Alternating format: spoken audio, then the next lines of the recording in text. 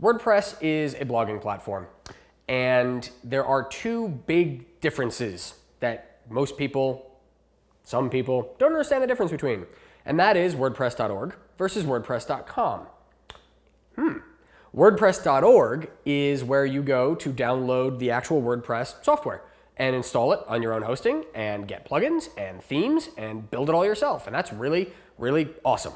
WordPress.com, however, is a totally hosted solution provided by Automatic. They're kind of the commercial business behind WordPress.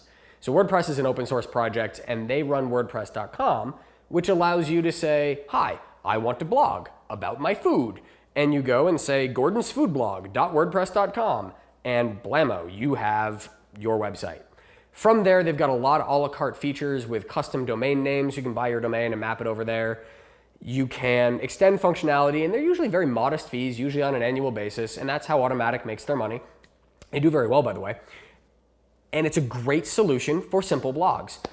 However, when we're talking about plugins and themes and all this custom functionality, you don't get to do that at WordPress.com. It is a very specific little box, and if you can play in their box, that's the place to be. When you're talking about building business websites, most of the time we're talking about WordPress.org.